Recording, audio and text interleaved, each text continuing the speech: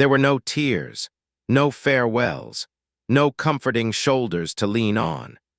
The funeral of two of the greatest warriors of the northern lands was held quietly, almost as a cold ritual beneath the biting winds of the ether and mountains. The wind howled through tattered crimson banners bearing the red eagle crest, fluttering like shredded memories caught in a storm. In the frozen courtyard, two black steel coffins lay still upon stone pedestals, each engraved with the Stormville family crest, once a symbol of pride and power, now covered by the icy chill of indifference. A boy no older than 15 stood motionless amidst the gathered nobles and elders, wrapped in a faded, worn cloak. He shed no tears, made no sound. This was Jack, the last heir of Stormville, son to the fallen. His eyes were vacant yet hard, not because he felt no pain, but because the anguish had gone beyond what tears could express. No one approached him, no one bowed their heads to acknowledge him. They came to honor two great warriors, but shunned the small figure trembling from cold and loneliness. Whispers sliced through the crowd, words sharp as blades. They said he lacked vigor, that he could not sense the soul of the sword, that he was unworthy to carry the Stormville bloodline. To them, Jack was a stain upon a once glorious legacy. Some turned their backs with disdain, others bowed before the coffins only to scoff that it was tragic the bloodline of heroes had produced such a useless child. Jack heard it all. He stood there, surrounded by the frozen air and cold gazes, clutching tightly the wooden sword, the last memento left by his father. No one called his name. No relative came to pat his shoulder or hold his hand. Even the ancestral hall had closed its doors to him since his parents' passing. And as the coffins were sealed and the final mournful horn faded, everyone slowly departed without a backward glance. Only Jack remained, alone with the two cold steel graves beneath the thickening snow. He stepped forward, pressing his small hand against the icy metal, whispering a vow hoarse and strained as if crushed from within. He promised never to cry, for tears could not bring his parents back. Instead, he would restore their honor with blood, with willpower, with his own hands, the very hands that had been rejected and scorned. He swore that he would return, not as a broken boy, but as the one who would silently reclaim all that had been stolen. As Jack lifted his head, a fierce wind swept past, blowing the white snow off his wooden sword. A crimson eagle circled high above the gray clouds, letting out a long, piercing cry before vanishing into the mist. Jack's eyes no longer glistened with emptiness, but burned with a strange new light, not the gaze of a boy waiting for mercy, but of a soul betrayed and ready to reclaim itself. From that moment, a fire ignited in the frozen heart of the boy. A fire of resistance, a warped faith in justice, and an insatiable hunger to be recognized by the strength he would forge himself. Though the world would forget his name, Jack knew that one day he would make it kneel before him. The gates of Stormville Castle closed behind Jack with a resounding clang, a sound that echoed like a death knell in his ears. He stepped onto the cold stone path, the weight of the world pressing down on his slender shoulders.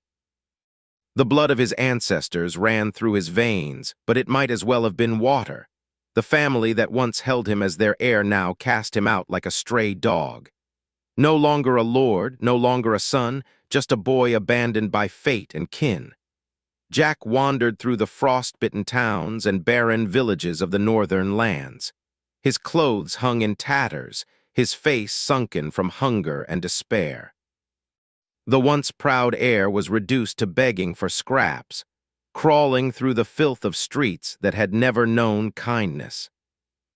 Each step was a reminder of his failure, every sneer and insult a brand burned into his soul.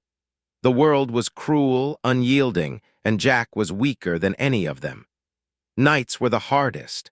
Alone under a sky full of cold stars, Jack curled into himself, shivering in the biting wind. His dreams were haunted by memories of his parents' proud faces and the whispered rumors of the council's betrayal. His heart burned not with hope, but with shame and rage, a tumultuous storm threatening to break him. Yet somewhere deep inside, beneath the layers of suffering, a flicker of defiance still burned. He refused to be forgotten. He would not end his story as a castaway. One bleak evening, as the sun sank behind the jagged peaks of the Etheran Mountains, Jack found himself lost in a dense forest, shadows swallowing him whole. The chill seeped into his bones, his legs faltered, and he collapsed beside a gnarled old tree. Darkness closed in, and just as his consciousness began to slip away, a voice, low and gravelly, cut through the silence. "Why do you wander so, child of Stormvale?" Jack's eyes snapped open. There, standing before him, was an old man with a long silver beard, clad in tattered robes that seemed to blend into the mist. His eyes gleamed with an otherworldly light, piercing through the gloom. I have nowhere left to go," Jack croaked. The old man studied him for a long moment, then nodded slowly. "You seek power, do you not? Strength to reclaim what was stolen." Jack swallowed hard, the words tasting bitter but true. "Yes." The old man reached into his cloak and produced a worn, leather-bound tome and a small, intricately carved talisman. "I offer you the path. The road will be hard, your body and spirit tested beyond limits. You will suffer, you will be broken and rebuilt.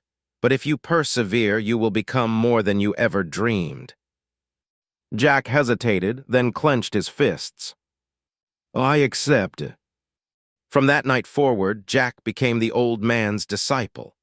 Under the shadow of the mountains, he began the grueling training that would forge his body, sharpen his mind, and awaken a hidden power deep within his blood. Every day was a battle against pain, against doubt, against the memories that threatened to drag him back into darkness. But Jack was no longer a boy abandoned. He was a warrior in the making, fueled by fire, resilience, and a silent vow to return. Days turned into weeks, and weeks into months beneath the looming shadows of the Etheran Mountains. Jack's body ached from relentless training, his muscles torn and rebuilt, his skin scarred by countless trials.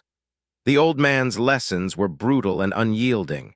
Every dawn brought new challenges that tested not only his strength but his very soul. He learned to wield the blade not as a boy wielding a toy, but as a warrior commanding a deadly extension of himself. The wooden sword of his childhood was replaced by a blade forged from the rare black steel mined deep within the mountains, light yet unbreakable, sharp enough to cut through stone. But strength was not the only lesson. The old man taught Jack to master his mind, to control fear and pain, to listen to the whispers of his own spirit. Meditation by frozen streams, endurance through bitter winds, and trials of silence in the darkest caves hardened his resolve. There were moments when Jack faltered, when the cold night whispered lies of defeat, when his body screamed for rest and surrender. Yet each time he remembered the two cold coffins beneath the snow, the faces of his parents robbed of honor, the eyes of those who scorned him. He could never forget.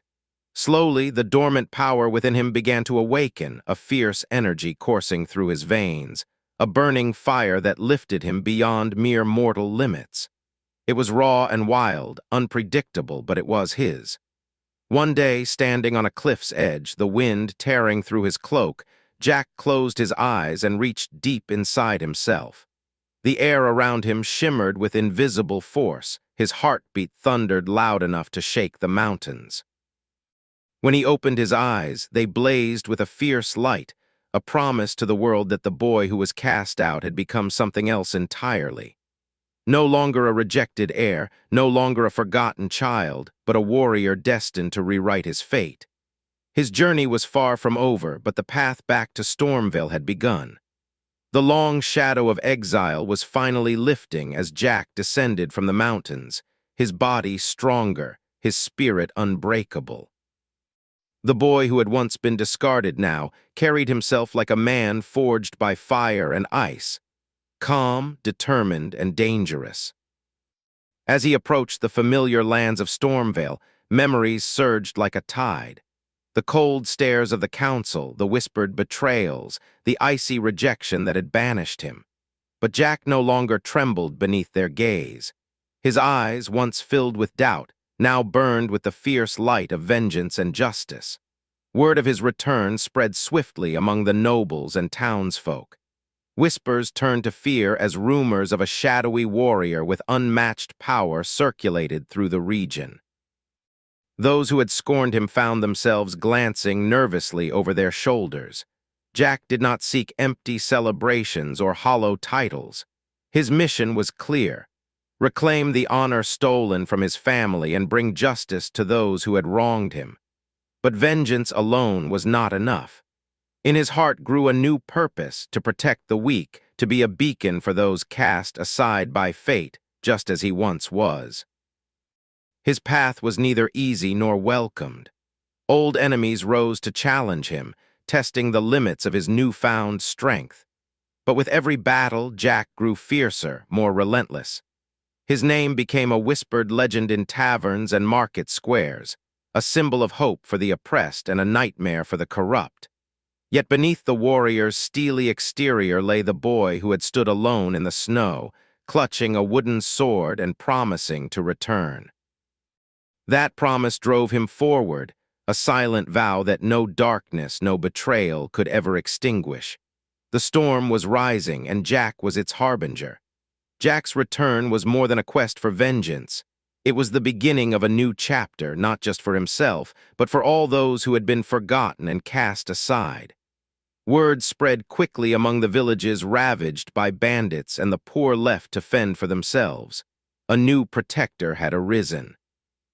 He moved silently through towns and countryside, striking down tyrants and bullies who preyed on the weak. His blade, once a symbol of disgrace, became a beacon of hope. People whispered stories of the warrior who appeared from the shadows to defend the defenseless, never asking for thanks or reward. Despite his growing reputation, Jack remained humble.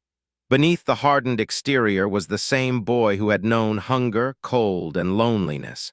He listened to the stories of those he helped, shared their burdens, and inspired courage in their hearts. Slowly, a community began to rally around him, not nobles or kings, but ordinary people who believed in his cause. Yet the road was fraught with danger. Powerful enemies saw Jack as a threat to the fragile balance of their power and conspired to end his rise. Ambushes, betrayals, and close calls tested his resolve. Each challenge pushed him further, forcing him to harness not only his strength but his wits and heart. But Jack's spirit remained unbroken. Every scar, every hardship was a testament to his journey, from a boy abandoned at a cold funeral to a man who would reshape the fate of his land. The warrior's legend was only beginning.